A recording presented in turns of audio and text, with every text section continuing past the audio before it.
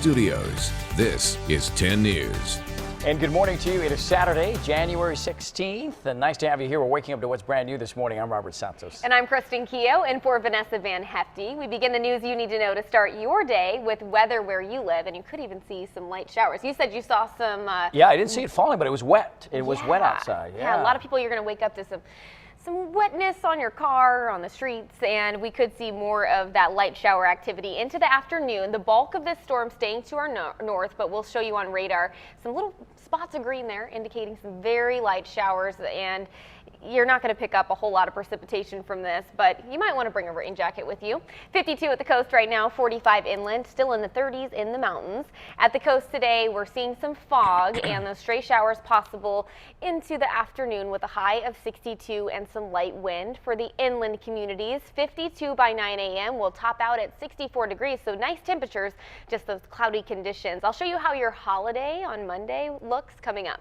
Right. 3-day weekend for some. 6:01. Now to some breaking news. A wild police chase in El Cajon ended with a woman shot and her dog dead. 10 News reporter Matt Mendez is live in El Cajon, and Matt telling us here now what led up to that. Well, officers are still keeping very tight-lipped about all this. They're still investigating. Just to give you some perspective, this chase lasted longer than 3 miles. Most of it was on the freeway until this all ended just right behind these road closed signs just off the 8 freeway and Main Street. Here's what we know so far. An El Cajon officer shot the woman after she crashed into a police and CHP cruiser. I want to show you a video of paramedics wheeling the woman into the hospital, giving her chest compressions. We blurred part of this video of a dead dog next to the woman's car. That dog likely hit by one of the officer's bullets. This all started just before 1:30 this morning. The chase appears to have started near Madison and 2nd in El Cajon. The driver then got on the freeway, reaching speeds of 100 miles an hour according to radio traffic. Now, we have calls into El Cajon PD to find out what this woman was initially wanted for, why they wanted to pull her over, and what type of exchange she had with officers before one officer shot her. Now, again, we're still waiting for all this information from the watch commander. They're still investigating. We do not know the woman's condition. We're hoping to find that out as well, and we'll, of course, let you know. Reporting live in El Cajon, Matt Mendez, 10 News. Thanks, Matt. We'll check back with you soon. New developments now on the raid into a besieged hotel in Burkina Faso. The nation's foreign minister says more than 20 people have died and the siege is now over. New this morning, we're hearing what went down during that raid.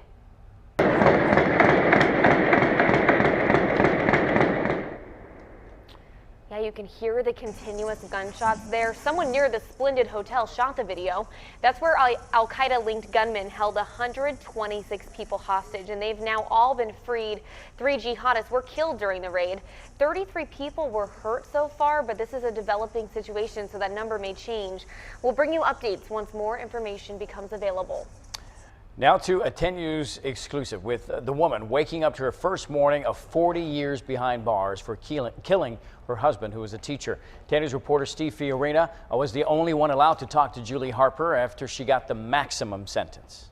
And the court finds that there is more. The 40-year prison term was a bitter pill for Julie Harper. No, I'm very disappointed, naturally, but you know, I'm looking forward to hopefully having a successful appeal. She was in tears at her sentencing as she apologized for the shooting death of her husband 3 years ago. Jason Harper was a popular Carlsbad teacher and coach, but he was also abusive. She testified that the gun went off as he charged at her during an argument. The jury didn't buy it, and neither have their 3 children. Because she killed my father. She expressed hope that in time they will understand and forgive her. So I'm very hopeful that whether it's at 18 or 20 or 25, that my children, as they become adults, you know, go back and, you know, look at the evidence, look at the transcripts, look at interviews, you know, and assess things for themselves as adults. And I certainly hope that they will want to have relationships in the future. And she talked about the quandary of being a victim of domestic violence. Will there be justice, or is the nightmare going to continue? You know, I'm in jail now, but the reality is for years I was a prisoner in my own home with my husband, you know, emotionally, psychologically, sexually, in a number of ways. And here I still am, and I'm hoping that someday I will be free. Steve Fiorina, 10 News. Harper says that she wouldn't take a plea deal because she felt innocent of murder charges and thought it was important to show her children that she was going to fight it. 6:06 now, and we have new details on the tour bus that crashed in San Francisco back in November. We're getting our first look inside that bus. We have some pictures for you here. Now, the lawyer for the bus driver took these pictures, and the driver says that the brakes failed. That's why this accident happened. 20 people were hurt on that bus when it slammed into the scaffolding near Union Square. Here's the video. California Highway Patrol is expected to complete its report later this month. The final Democratic presidential debate before the Iowa caucuses is tomorrow. Hillary Clinton, Bernie Sanders, and Martin O'Malley will participate in their final forum in Charleston. There had been speculation that O'Malley, Maryland's former governor, was not going to be included because of his lagging poll numbers. But new numbers show Clinton and Sanders are nearly tied ahead of the votes in Iowa on February 1st. Happening today, Secretary of State John Kerry will meet with Iran's foreign minister to talk about the progress to implement the Iran nuclear deal. The meeting will take place in Vienna. Before the deal can formally go into effect, an atomic energy agency must verify that Iran has complied with its terms, and that is supposed to happen in the next few days. The big drops on Wall Street have been a real eye-opener for some young capitalists. This stock club right here, made up of middle schoolers in South San Francisco, they made $50,000 from their make-believe investment of $100,000 in just 12 weeks. Now, that was good enough to win the annual State School Stock Championship. They did a lot of what's called shorting, the risky practice of making money when stocks drop in value. You sell it to someone else for a higher price, then you buy the item again and sell it and give it back to the original person. Now, the students have some advice for real investors. They say be more conservative and choose companies that won't lose a lot of money. All right, animal lovers, this is a tough one. The case of a deserted puppy dropped off at the Helen Woodward Animal Center has now been solved. This surveillance video shows a woman pull in and then drop off the tiny little puppy early Monday morning. The good news is now that puppy's doing okay. No one saw that woman leave this little baby, less than 1 pound. Now, staff discovered her in another dog's crate. They've named her Piccolo. She's getting a lot of love, as you can see, from the center's staff.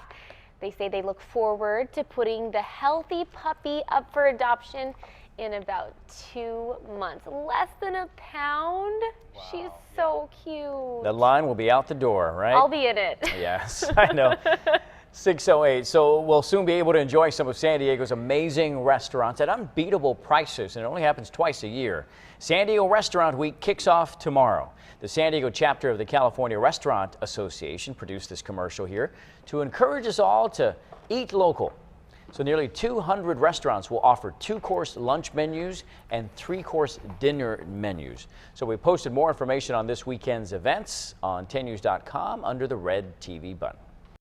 Weather Rate Certified San Diego's most accurate forecast. This is 10 News Pinpoint Weather. Are you seeing what I'm seeing out here? A beautiful sunrise from our Mount Woodson sky cam. Those clouds enhance our sunrises and our sunsets so beautifully.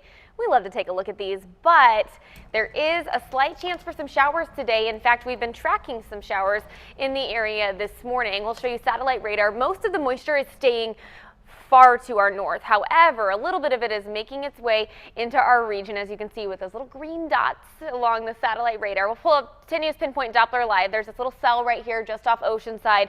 And then I've mostly been seeing showers in the Otay Mountain area. Still some shower activity present there. So off and on showers, very, very light. Not much in the way of accumulations at all, just trace amounts. That'll be into the afternoon. And then high surf is going to be our concern Sunday through Tuesday. And our next rain chances Monday night through Wednesday morning. Those showers should not interfere, though, with your holiday plans on Martin Luther King Jr. Day, Monday during the daytime hours. We have seen improvements in the fogginess out in Ramona and Julian. We're at about 7 miles of visibility now, and a little less than that in El Cajon, just 5 miles. So watch for some fog in the inland areas this morning. It's 48 in Oceanside right now, 47 in Escondido. We're seeing 49 in Kearney Mesa and 52 in San Diego. So high pressure surrounding us, keeping it warm, but we still have that chance for some showers. We'll see even warmer conditions tomorrow. Take a look, 62 today at the coast, and then Sunday 65. We get those shower chances in low 60s until Thursday. We're heating up again to